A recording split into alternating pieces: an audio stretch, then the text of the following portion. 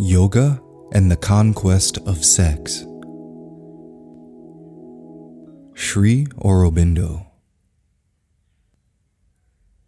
The inner loneliness can only be cured by the inner experience of union with the divine. No human association can fill the void. In the same way, for the spiritual life, the harmony with others must be founded not on mental and vital affinities, but on the divine consciousness and the union with the divine. When one feels the divine and feels others in the divine, then the real harmony comes. Meanwhile, what there can be is the goodwill and unity founded on the feeling of a common divine goal and the sense of being all children of the Mother. Real harmony can come only from a psychic or a spiritual basis. Regarding your question about a complementary soul and marriage, the answer is easy to give. The way of the spiritual life lies for you in one direction, and marriage lies in quite another and opposite. All talk about a complementary soul is a camouflage with which the mind tries to cover the sentimental, sensational, and physical wants of the lower vital nature. It is that vital nature in you which puts the question and would like an answer reconciling its desires and demands with the call of the true soul in you. But it must not expect a sanction for any such incongruous reconciliation from here. The way of the supramental yoga is clear. It lies not through concession to these things, not in your case through satisfaction under a spiritual cover, if possible, of its craving of the comforts and gratifications of a domestic and conjugal life, and the enjoyment of the ordinary emotional desires and physical passions, but through the purification and transformation of the forces which these movements pervert and misuse. Not these human and animal demands, but the divine Ananda which is above and beyond them, which the indulgence of these degraded forms would prevent from descending, is the great thing, and that the aspiration of the vital being must demand in the sadhak. I have stated very briefly in my previous letter my position with regard to the sex impulse and yoga. I may add here that my conclusion is not founded on any mental opinion or preconceived moral idea, but on probative facts and on observation and experience. I do not deny that so long as one allows a sort of separation between inner experience and outer consciousness, the latter being left as an inferior activity controlled but not transformed, it is quite possible to have spiritual experiences and make progress without any entire cessation of the sex activity. The mind separates itself from the outer vital, life parts, and the physical consciousness and lives its own inner life. But only a few can really do this with any completeness, and the moment one's experiences extend to the life plane and the physical, sex can no longer be treated in this way. It can become at any moment a disturbing, upsetting, and deforming force. I have observed that to an equal extent with ego, pride, vanity, ambition, and rajasic greeds and desires, it is one of the main causes of the spiritual casualties that have taken place in sadhana. The attempt to treat it by detachment without complete excision breaks down. The attempt to sublimate it, favored by many modern mystics in Europe, is a most rash and perilous experiment. For it is when one mixes up sex and spirituality that there is the greatest havoc. Even the attempt to sublimate it by turning it towards the divine, as in the Vaishnava Madhrabhava, carries in it a serious danger, as the results of a wrong turn or use in this method so often show.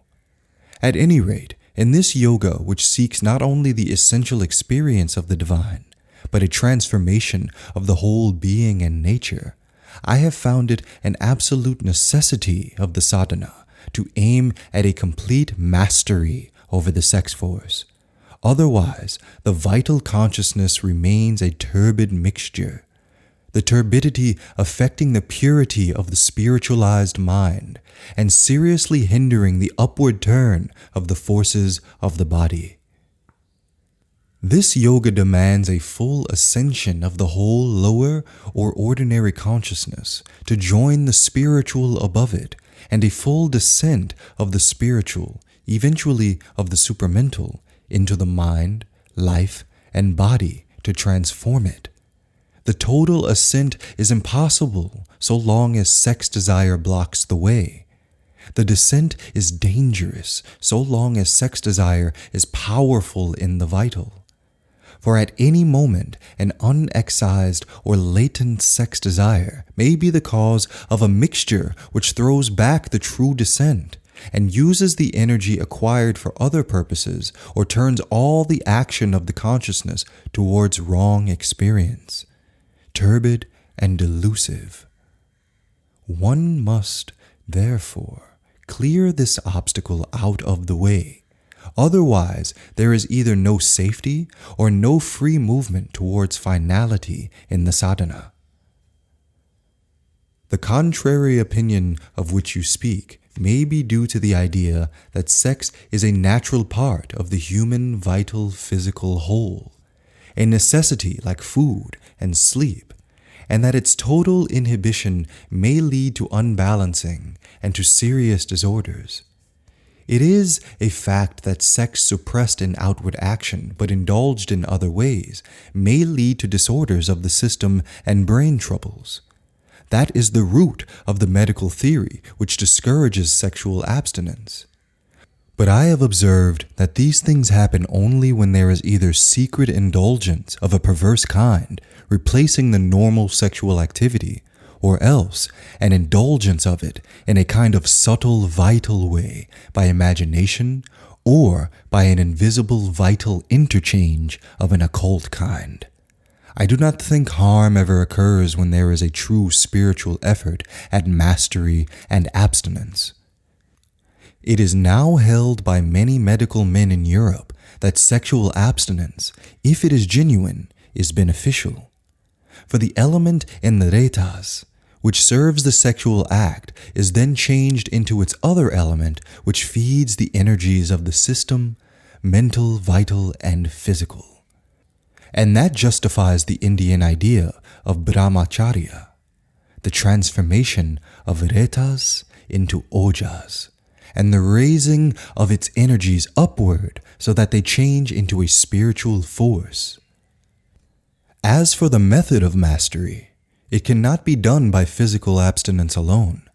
It proceeds by a process of combined detachment and rejection. The consciousness stands back from the sex impulse, feels it as not its own, as something alien thrown on it by nature force to which it refuses assent or identification. Each time, a certain movement of rejection throws it more and more outward. The mind remains unaffected. After a time, the vital being, which is the chief support, withdraws from it in the same way. Finally, the physical consciousness no longer supports it. This process continues until even the subconscient can no longer rouse it up in dream, and no further movement comes from the outer nature force to rekindle this lower fire. This is the course when the sex propensity sticks obstinately, but there are some who can eliminate it decisively by a swift, radical dropping away from the nature. That, however, is more rare. It has to be said that the total elimination of the sex impulse is one of the most difficult things in sadhana, and one must be prepared for it to take time. But its total disappearance has been achieved, and a practical liberation crossed only by occasional dream movements from the subconscient is fairly common. You seem not to have understood the principle of this yoga. The old yoga demanded a complete renunciation extending to the giving up of the worldly life itself. This yoga aims instead at a new and transformed life, but it insists as inexorably on a complete throwing away of desire and attachment in the mind, life, and body. Its aim is to re-found life in the truth of the spirit, and for that purpose, to transfer the roots of all we are and do from the mind, life, and body to a greater consciousness above the mind. That means that in the new life, all the connections must be founded on a spiritual intimacy and a truth quite other than any which supports our present connections. One must be prepared to renounce at the higher call what are spoken of as the natural affections. Even if they are kept at all, it can only be with a change which transforms them altogether. But whether they are to be renounced or kept and changed must be decided not by the personal desires, but by the truth above. All must be given up to the supreme master of the yoga. The power that works in this yoga is of a thoroughgoing character and tolerates in the end nothing great or small that is an obstacle to the truth and its realization. The idea that all sadhaks must be aloof from each other and at daggers drawn is itself a preconceived idea that must be abandoned. Harmony and not strife is the law of yogic living. This preconceived idea arises perhaps from the old notion of nirvana as the aim, but nirvana is not the aim here. The aim here is fulfillment of the divine life, and for that, union and solidarity are indispensable. The ideal of the yoga is that all should be centered in and around the divine, and the life of the sadhaks must be founded on that firm foundation. Their personal relations also should have the divine for their center. Moreover, all relations should pass from the vital to the spiritual basis, with the vital only as a form and instrument of the spiritual. This means that from whatever relations they have with each other, all jealousy, strife, hatred, aversion, rancor, and other evil vital feelings should be abandoned, for they can be no part of the spiritual life. So, also, all egoistic love and attachment will have to disappear. The love that loves only for the ego's sake, and as soon as the ego is hurt and dissatisfied, ceases to love or even cherishes rancor and hate. There must be a real, living, and lasting unity behind the love. It is understood, of course, that such things as sexual impurity must disappear also. That is the ideal, but as for the way of attainment, it may differ for different people. One way is that in which one leaves everything else to follow the divine alone. This does not mean an aversion for anybody any more than it means aversion for the world and life. It only means an absorption in one's central aim, with the idea that once that is attained, it will be easy to found all relations on the true basis, to become truly united with others in the heart and the spirit and the life, united in a spiritual truth and in the divine. The other way is to go forward from where one is, seeking the divine centrally and subordinating all else to that, but not putting everything else aside, rather seeking to transform gradually and progressively whatever is capable of such transformation. All the things that are not wanted in the relation, sex impurity, jealousy, anger, egoistic demand, drop away as the inner being grows purer and is replaced by the unity of soul with soul and the binding together of the social life in the hoop of the divine. It is not that one cannot have relations with people outside the circle of sadhaks, but there too, if the spiritual life grows within, it must necessarily affect the relation and spiritualize it on the sadhak side, and there must be no such attachment as would make the relation an obstacle or a rival to the divine.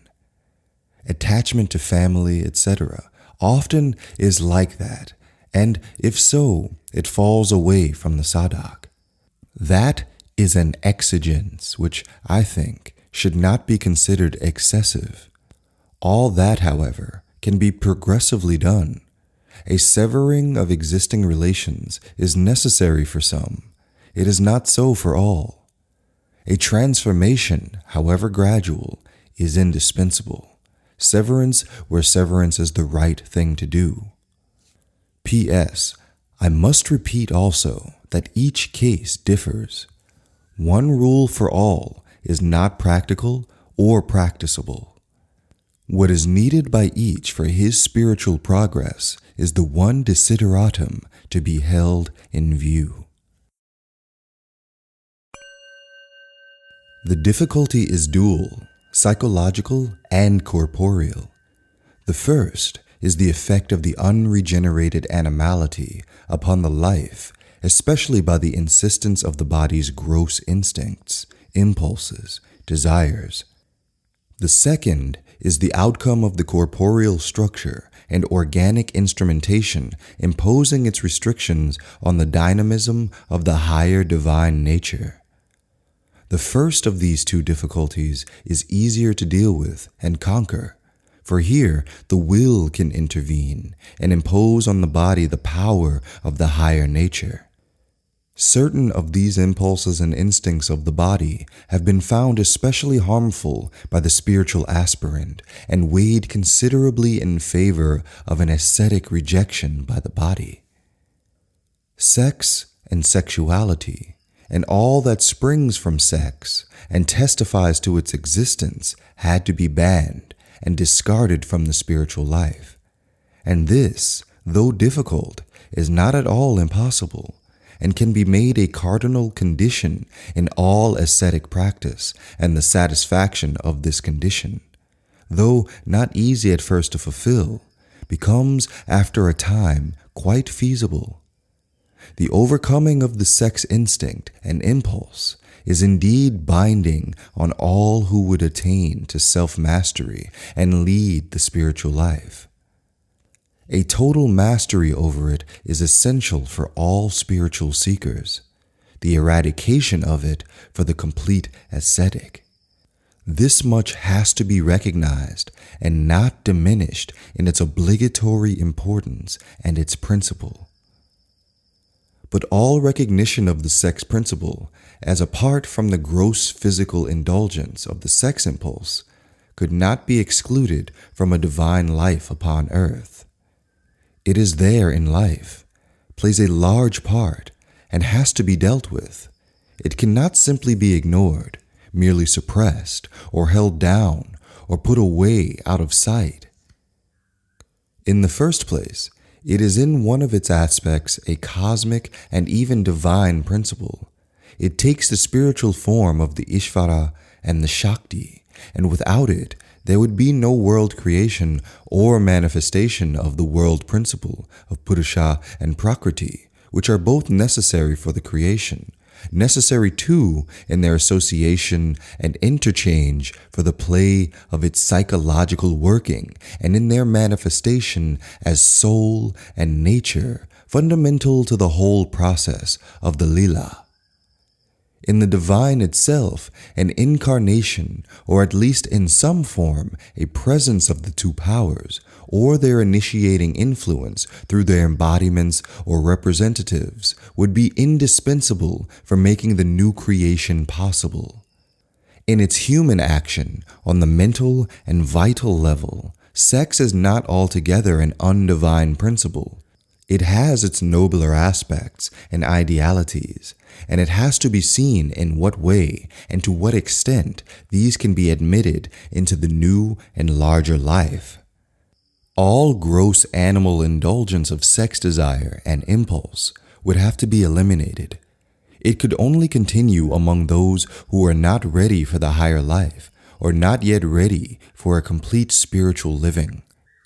In all who aspire to it but could not yet take it up in its fullness, sex will have to be refined, submit to a spiritual or psychic impulse and a control by the higher mind and the higher vital, and shed all its lighter, frivolous, or degraded forms, and feel the touch of the purity of the ideal.